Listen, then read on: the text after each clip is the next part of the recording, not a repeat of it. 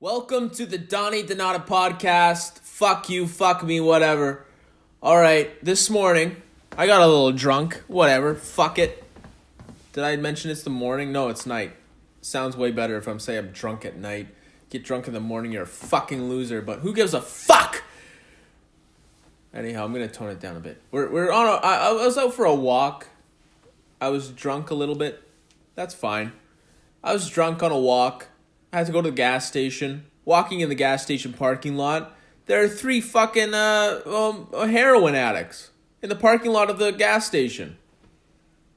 And I look at them, and they're just not doing anything but just stammering around.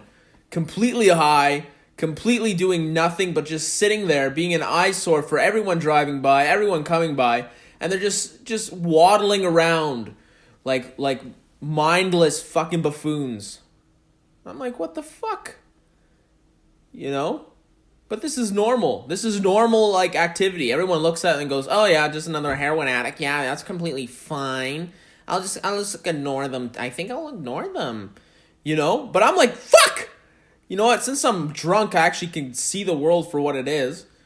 And these people are fucking losers. Absolute losers that need help. Like, they clearly need help.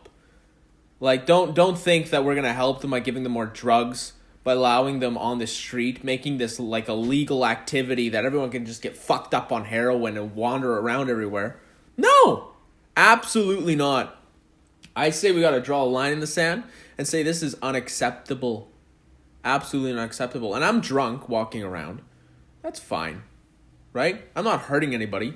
I'm thinking to myself, hey, don't act drunk. Don't act drunk. Don't act drunk. Right? These people, that doesn't cross their mind.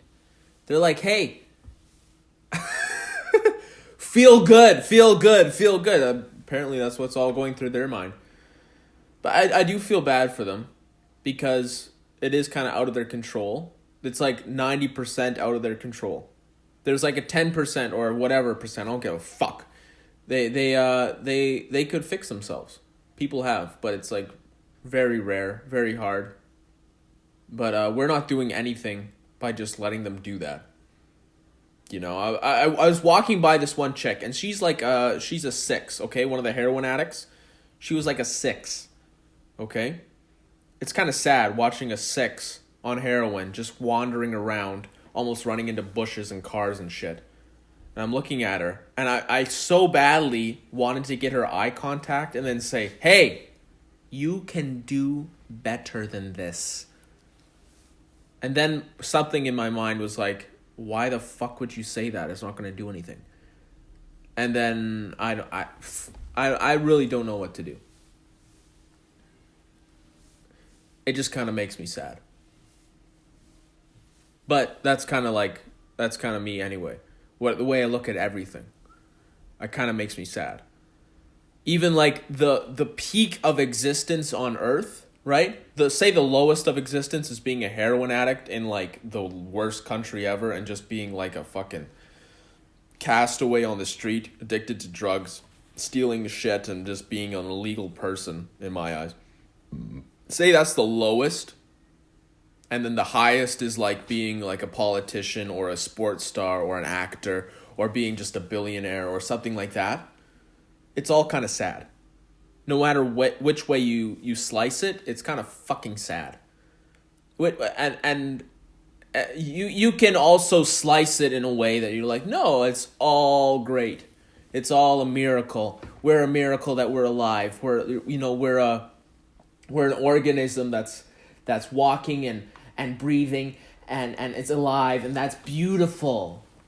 But I've looked at it that way, but it lasts for like a minute. And then I go, oh my God, how sad are we, right? But, fuck, being sad and being happy about what you are can both give you motivation, right? And we feed off of motivation as people, right? If you wake up in the morning and you have nothing to motivate you to do, you're going to be completely aimless all day. You're going to have a fucking terrible day. But if you wake up in the morning and you go, oh my God, I have something I need to get done. you're just on your fucking horse and you're getting going and you're having a great day. You're quite happy, right? But if you break it down logically, nothing actually fucking matters. Like, what the fuck are we? And in the universe, like, what is this? What is this shit? Right? We just accept that this is, oh yeah, absolutely, I'm a human and I walk around and I do shit. And I look to, make my life a bit better here and there, and absolutely. And that's what everyone does because that's what everything has been for the time of existence. And then we exist as fucking people. Absolutely, dude. What do you mean? What do you mean we should ask what we are? What the fuck? No, we should definitely ask what we are. But maybe I'm wrong. Maybe I'm wrong. You gotta look forward to something. And I have quite a bit to look forward to. I'm thankful for that. And I look forward to it every as much as I can. But I'm way less excited than when I was little. You know why? Because I know too much now. I've explored way too many things. I understand existence way too much to be excited about what's coming next. When I was little, like a little person, like not a little person, like a midget. That's funny. No. When I was like a younger person, like 12, 11, I got to kind of understand what being a person is, like on like just a functional level of what being a person is. And I was like super excited, right? And then throughout my whole teens, I'm like, oh my God, I'm going to be like an adult and I get to do all these things and I get to be a part of society and oh my fucking God, this is going to be great. Like if I make the right decisions, then I can be like really high up in society and I can be a part of it all and I'm going to make a difference and I'm going to be really happy. I'm going to have like a hot wife. I'm going to have a great life, going to have a lot of things. I'm going to be like looked up to. And that's like, in my mind, that's just like, wow. What else? Nothing else came into mind as being the goal, right? But now that I'm here as an adult, and maybe I've kind of like tried to break it down too much, which is a problem, maybe. I realize what the fuck I am. And I go, oh my God. Right? For lack of a better term, we say oh my God all the time. Saying hail to the creator. or more like fuck you creator when we say oh my God. But I say that in the sense of what the fuck. And I say what the fuck as in this is completely weird. So there you go. Good morning to you, or good afternoon, good evening. There's a good thought to have. I've been listening to Mark Maron a lot because he seems to kind of have the same ideology as me. I don't know if you know who Mark Maron is, but he's a comedian. And he has a podcast, very popular podcast, where he interviews like famous people. But I more like him than the famous people because he's... He seems to be so mad and upset and like depressed, but yet enjoying it. And that just makes me happy so much. He said something that equivalated to me so like equivalated. Maybe I should say he said something that resonated with me so much that I was just like, fuck, I wish this guy was my friend. He said, he said, I don't want to kill myself, but knowing that it's an option makes me feel better. And that right there, that sums up like the way I look at everything. Like, why would I kill myself? Because obviously it just takes away opportunity to keep doing what I'm doing. It makes no sense. Like, even if you're experiencing the worst pain, killing yourself still doesn't make sense logically. At least in my mind. Apparently for a lot of people it has made a lot of sense because they've gone through with it. But the fact that I go, hey, I could end this at any time that makes me feel better. I go, oh, fuck, I don't have to be doing this. I'm choosing to. And for some reason, it makes me feel better. And feelings, that's a whole other conversation. Fuck it. I'm not going to talk about it right now. Oh my God. Okay, I've been kind of just going off about shit. Let's talk about something kind of enjoyable. Let's talk about movies. Okay? I watched a movie. It's a Danish movie. It's called Another Round in English, or Dirk in Danish, okay? The whole movie's in Danish. So if you ever watch it, just be prepared to read subtitles the entire fucking time. And also be prepared to be like entertained half the time, okay? Half the movie is kind of like, oh my God, am I still watching this? But I think it's worthwhile to watch through to the end, because I kind of got something out of it to watch all the way through to the end. I really enjoyed it. It's one of my favorite movies now, because of how it portrays drinking. Now, I don't drink a lot. There have been times in my life where I have been drinking a lot. Today is an exception where I am drinking. I drank like an entire bottle of wine. I had a couple sips of it yesterday, so it's not an entire bottle. But I drank the entire bottle today. It was kind of fun. I had like a glass, and it's a cheap bottle of rosé, and I just pour the rosé into the glass, and I just downed the whole thing in like 45 minutes. And now I'm so happy I did. I feel like... Anyhow, enough with my drinking habits. Back to the movie. So the movie's about drinking. Another Round. It's very, very kind of sad. Very sad. But also kind of like, oh yeah, absolutely. If you've ever drank before and you watch the movie, you go, oh my God, yeah, exactly. So like it portrays drinking at like, just very moderate level. Oh, just with friends, drinking here and there. Then it kind of shows that like drinking on your own. It kind of shows drinking like at work, which I've definitely done. It shows drinking like, too much. And then it shows drinking as like a serious fucking problem. And then finally at the end of the movie, it shows drinking for what it really should be. For just kind of letting go and reflecting and just going, hey, I'm here, I'm alive, and I kind of want to not be in charge right now. I just kind of want to let go, which is what drinking does. It just kind of helps you go, whew, and you feel great, and you feel kind of stupid, but that's exactly what it's supposed to do. So right now I'm kind of drunk. I'm talking, just like blabbering. But I'm thankful I am. I don't do this every day, obviously. But I'm glad I am right now. And I think that's the message of the movie, right? Like, you can use alcohol as just kind of the, get you lifted up a bit. You can use it to fucking ruin your life. Or you can use it as like, hey, sometimes I'm going to let go and just be in the moment. I think that's correct. But speaking of movies where you're like bored and not kind of bored, like you're entertained and not entertained, I watched the movie Triangle of Sadness. Okay?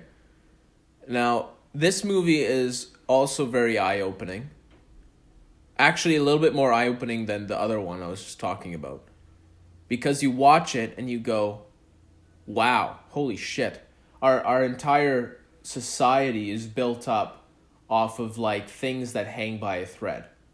And you might think that, but like think about how your power dynamics work within the people that you know.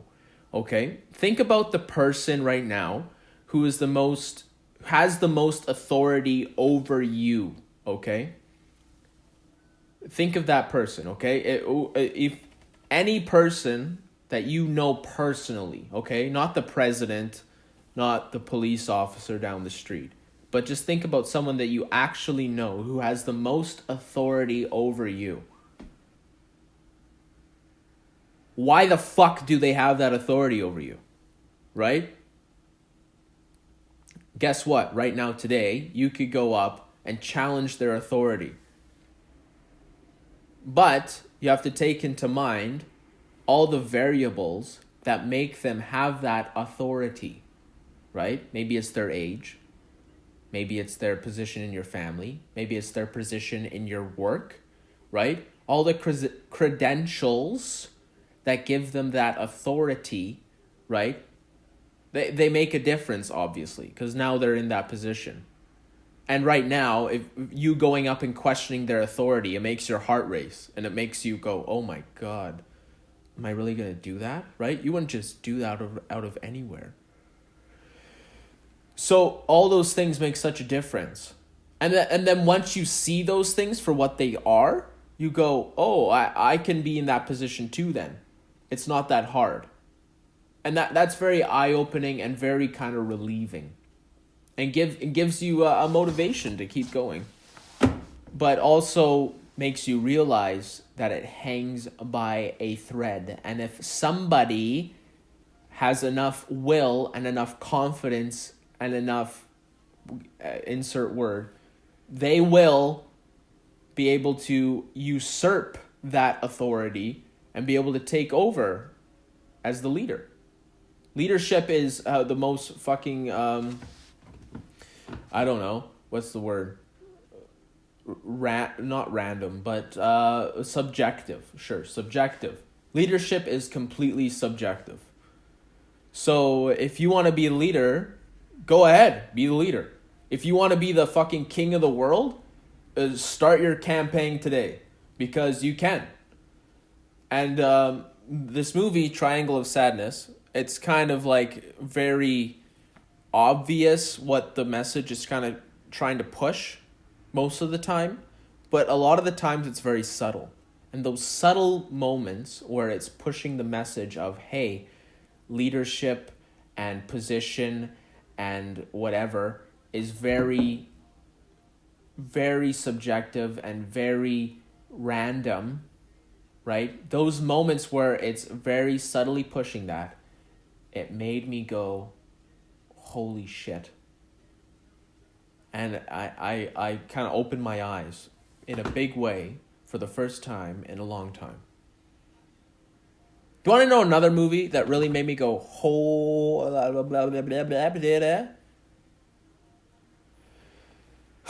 All Quiet on the Western Front.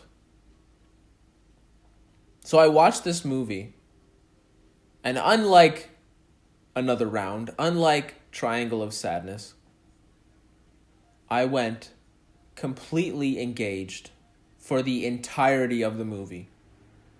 I was glued to my seat, absolutely astonished, out-of-body experience for the entire thing. And if I was a kid and I watched this movie, I would have like cried, and I would have been so sad, and I would have been just like mind fucked. Because this movie is about World War I. And World War I was absolutely fucking stupid. Okay?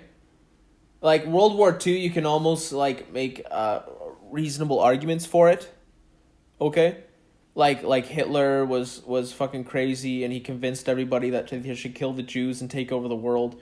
It's like, oh, yeah. Sure. And then they kind of, like, fought in towns and in, like, here and there and on the beaches of Normandy and blah, blah, blah. Insert battle here and there, in the air, on the sea. World War I was because the Germans felt fucked over. And they thought that they should have some land. And so they went and attacked to try to get that land. And very quickly it turned into, okay, we have our lines of where we are, and we have troops lined up all along that line. And you have lines of where you are, and you have troops lined up all along that line. And we're going to keep trying to, like, take over your line, and you'll try to take over our line. and then we'll see who ends up with the most land after the fact. And each side is like, the French maybe were like, oh fuck, we gotta protect France, right? And then Britain sends over forces and they're like, okay, we'll help you protect France. And Germany's like, we're gonna take over all of France maybe. And maybe the French were actually thinking, we'll take over all of Germany too, because fuck these guys. These guys are really like crazy, right? That's a terrible way to put it, but you get the idea. And so, next thing you know, it's trench warfare. Trench warfare, the way they were doing it, I think in general, it's just mind-boggling. You're throwing away lives so recklessly. It's sad. Now, there are like twice or three times the amount of people died in World War II. However, in World War I, there are like twice to three times the amount of lives thrown away carelessly. People just getting up and running towards a gun that's firing at full auto, right? What do you expect to happen then for like 90% of the people just to like fall dead? It's so sad. But it happened. It's over. Millions of people died. Just like that. And millions, you say millions, but you have zero comprehension of what that actually means. But just way too many people died for really no reason, okay? World War I happened, and after the end of World War I, the lines of Germany and France and the surrounding countries barely changed, okay? It just kind of happened, and a bunch of people died, and then it was over.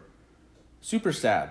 Like, you can justify World War II almost, because it's like, oh, well, Hitler was absolutely a psychopath, and he changed everyone to be a psychopath, and then we had to stop it. You know, the rest of the world had to stop it. And we agree with that. That's a good thing. But with World War I, it's kind of like France did fuck over Germany, and then Germany wanted to get back at them, and then nothing changed, and just at the end of the day, millions of people were dead. And not just dead, but they died really, really badly. You know, like if you die in a hospital when you're like 80, you can feel like you almost can say that's fine. But when you're an 18, 19, 20-year-old kid and you're scared shitless and you're just running across other dead people and mud and just blindly running right, trying to fucking kill people, and then the next thing you know, you're dead. It's mind-blowing. And what this movie did, All Quiet on the Western Front, did for me was I realized how unstable being alive is. And that you can be dead so quickly. You know, just do something for me really quick. And imagine what it was like before you were born.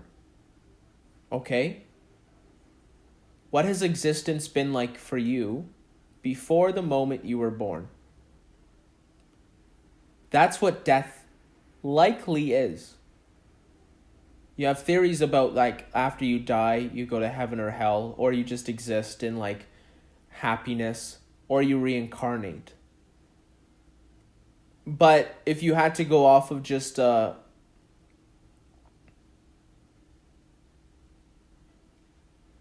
realistic view, it's likely just what it was like before you were born. And that it's just nothing. Right? All the time that took place before you were born, you didn't exist. And that's likely what it's going to be after you die. Likely. Make an argument for what you wish. But likely that's what it's going to be. And that can happen at any moment. And watching that movie and how fast it just happens, right? And how random and how just carelessly it can just all of a sudden, boom, be over. It woke me the fuck up.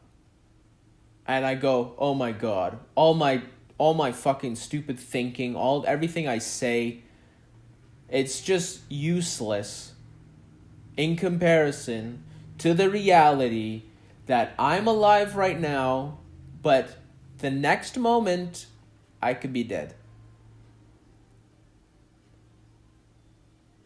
And that maybe should move us into something else. Move us into talking about what you should be doing right now, then. If you could be dead the next moment, then what should you be doing this moment? You know? There's a ton of answers to that. Maybe I should answer it like this. I did mushrooms last year for the first time. And there's a million arguments for what the fuck mushrooms even are. If you've never heard about it, mushrooms will open your eyes and answer all your questions. Okay? That's the best way I can say it.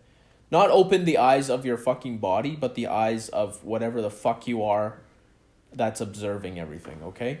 It'll open up the observer of you, and you'll have all your questions answered, okay? And you'll see humanity for what it is. You'll go, oh my God, this is what it's been this whole time? Like, if you've never done mushrooms on a high dose, I suggest you do a high fucking dose, no matter how scared you are. Just get over the hump and then go, oh wow, here I am. What the fuck? It's opened my eyes to what I am.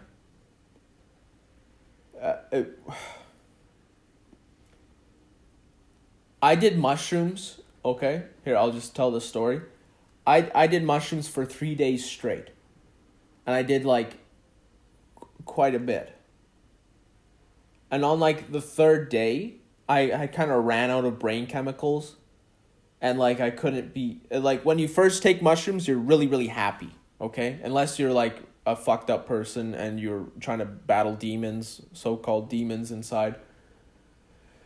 The first time, like when you first take mushrooms and you're comfortable with them, you'll be super happy. It just floods your brain with what they call serotonin, right? The chemical of happiness. But on the third day, you kind of run out of serotonin of doing mushrooms. And I ran out of serotonin. And I was like, oh, God. And I was just kind of like, I know too much and I can't be happy about it anymore. And that moment is when I had the biggest teaching moment of my life. When I first taken mushrooms, I was like, oh, wow, look at me. I'm like an organism. What the fuck is an organism? Wow, look at me. I have legs. I walk around. I have arms. I have balls and a cock, and I fuck and I do the shit. And I'm like, what? That's so weird. Oh my God, I have a neck? Wow, a neck. I have teeth. I have an esophagus. What? What the fuck? That's so weird. Oh my God. So crazy. But hey, everybody is this. What? Oh, everyone's scared? Oh, I'm scared too. Holy shit. I live on a rock. Oh my God. Look at the sun. Look at the moon. Oh my God. This is so weird. But then on the third day, I was like, and I realized, wow, whatever an atom is, right? There's like trillions and trillions of them, and they make up what the universe is. And then there's just a bunch of random compilations or a bunch of random, combinations. And that's what makes up life. That's what makes up the universe. That's what makes up existence as we know it. Is whatever these fucking atoms are. They just go in a bunch of different combinations. And there's patterns in them now, like on Earth. And there's just big balls in the space that are built up with them and whatever. And it's so random that what the fuck is the purpose, right? Like you could say there's purpose in the fact that like leaves on a tree make this certain shape and humans make this certain shape and like DNA, ingests it and makes us. But what is the purpose? And why? I don't know. But I just had that moment on that third day of like, and I went, oh my God, this is all just pointless. But if it is pointless,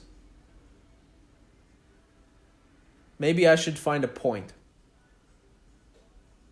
And maybe there should be something that motivates me every day. And so I can choose what that is. I don't have to be a slave to my own desires. I can have my desires be a slave to me. Maybe.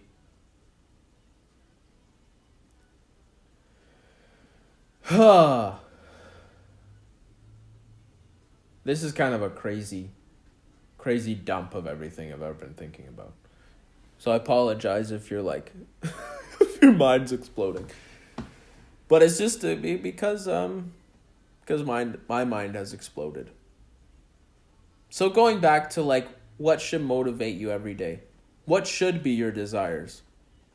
If realistically, nothing really matters, or what if everything really matters, right? Down to every detail, that there is something that we have yet to discover, something we've yet to understand that weighs everything you do in the balance. Oh my God, right? Whichever way you slice it, if there is something that makes everything matter, or it's the fact that nothing fucking matters, right? Whatever you decide, you should be doing something every day that motivates you and makes you think that you're doing the right thing. So what should that be? Should you be pursuing excellence? Pursuing your own happiness? Or pursuing a life that is remembered? Or should you be pursuing the betterment of the next generation of people? Or should you just pursue nothing? Fuck it. Like those homeless people I saw on heroin down at the gas station, right? Maybe nobody knows the answer. Maybe just do whatever you want because you're right. Or maybe there is the best version of you that you should be trying to attain. If there's anything that I've been taught, is that there's the worst version of you and the best version of you. And both of them are possible. And it's up to you each moment, every day. Now, don't put too much pressure on yourself, but just know it's a reality that each moment of every day, you can choose to either move toward the better version of you or the worst version of you. So, decide. You can either be the heroin addict at the gas station, or you can be a billionaire superstar, or whatever you think the top of the world is. Both are possible, and everything in the middle is possible. Maybe things worse or better are possible. But just know that right now you're deciding to do one or the other. And whether or not it matters or not, we're not sure. And what is going to come is definitely you're unsure about. But if I can give you any advice and really kind of sum this all up, I would say lean into the better you. Because whether it matters or not, it's just better.